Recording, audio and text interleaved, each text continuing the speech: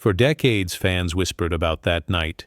The night Freddie Mercury supposedly silenced a heckler so perfectly that even the cameras caught their breath. Bootleg traders still pass around scratched VHS copies labeled the Birmingham incident. Some claim the original master tape vanished from Queen's archives. Others insist the band destroyed it on purpose.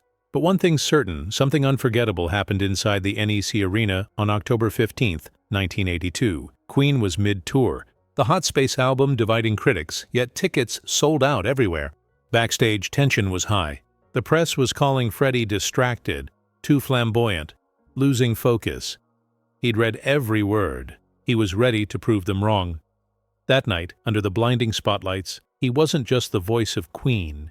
He was a man reclaiming his crown. But among the 20,000 fans chanting his name stood one man whose drunken shout would ignite a legend, blur truth and rumor, and forever change how the world saw Freddie Mercury. Gary Mitchell, a 28-year-old steelworker from Birmingham, or so they said. Some fans believe his name was changed later to protect him from endless ridicule. Others insist he was a local journalist trying to provoke Freddie into losing his temper. What's certain is this: Gary had been drinking since noon. 12 pints, maybe more. By the time the house lights went down, he was swaying, loud, and impossible to ignore. Queen hit the stage, and the crowd erupted. But Gary was restless. He heckled from the shadows, his voice drowned by music, until Freddie sat down at his piano for the acoustic set. The arena fell still. A single spotlight framed him. "You're nothing without your fancy costumes, Mercury." The words echoed like thunder. The crowd gasped. The music stopped. Freddie froze, just for a heartbeat. Security started forward, but Freddie raised a single hand to stop them. 20,000 fans held their breath. What happened next would be studied, replayed, and mythologized for decades. Freddie's stare was unlike anything else in music.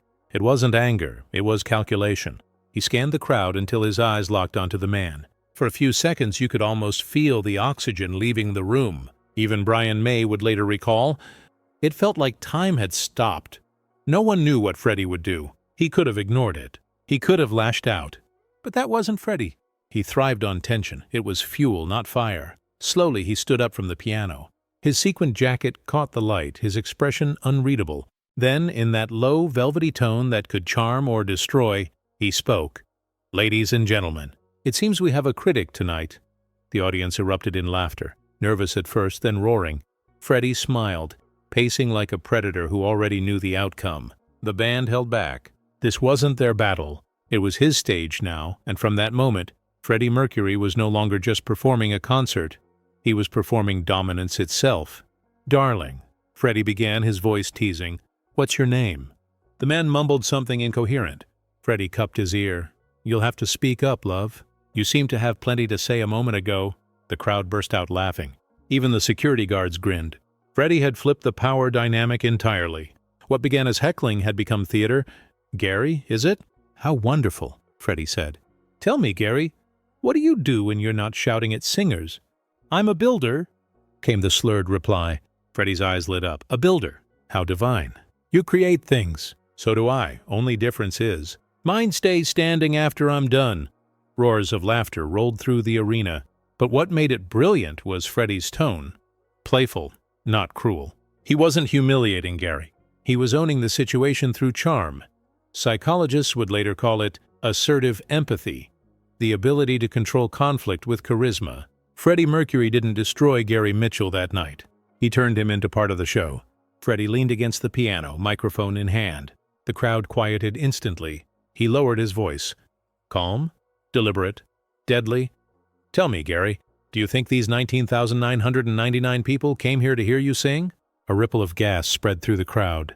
Cameras zoomed in. Even the band was frozen. Gary tried to reply, but the words stumbled out like broken glass. Freddie tilted his head, voice rising into full command. "Because I think they came to hear us, and if that's what they want, darling, that's exactly what they're going to get." The explosion of applause was deafening. Fans screamed, whistled, stomped their feet. Freddie grinned and spun on his heels, soaking in the adoration.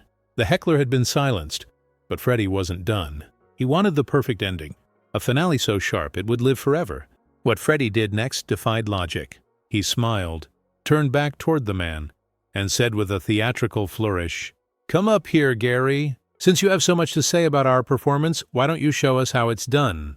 The crowd gasped. Brian May's jaw dropped. Roger Taylor muttered, "He's mad." But Freddie meant it. The spotlight shifted to the Heckler, who was now frozen, beer glass in hand.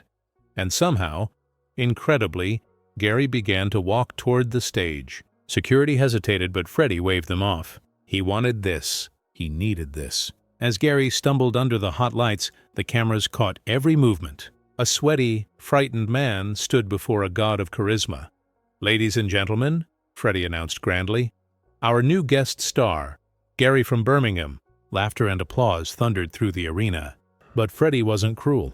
He was crafting a masterpiece of humiliation and grace in equal measure. Freddie waited until the laughter died.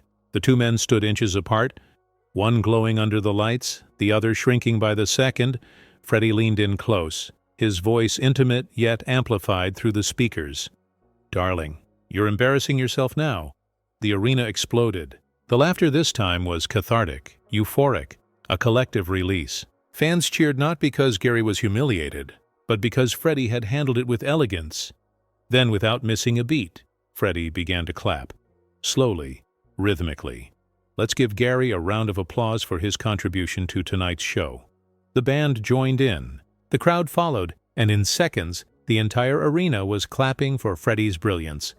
It wasn't about cruelty. It was theater. Freddie Mercury had transformed conflict into art. In 5 words, he turned a potential disaster into one of the greatest moments in live music history. Backstage, Gary was escorted gently away. He wasn't arrested. He wasn't scolded. He was just quiet, sobered. Hours later, he asked if he could write Freddie a note.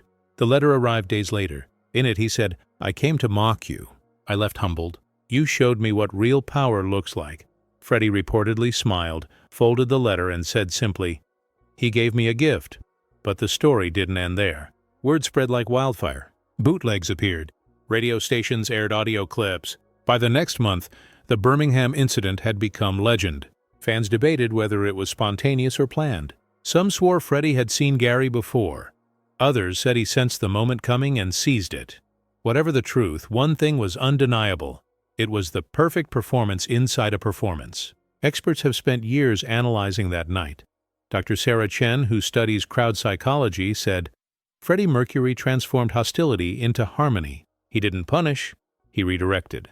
Even modern performers like Adam Lambert study the footage. "It's not just entertainment," he said. "It's psychological art." Freddie turned chaos into choreography. The phrase, "Darling, you're embarrassing yourself now," became iconic, printed on shirts, quoted in movies, reused by celebrities handling hecklers. But the real magic was never the words themselves. It was Freddie's energy. The way his tone shifted from charm to command, empathy to dominance, without breaking rhythm. That was the secret to his greatness. He never lost control. He made every storm part of the song. Years later, Gary Mitchell gave one interview.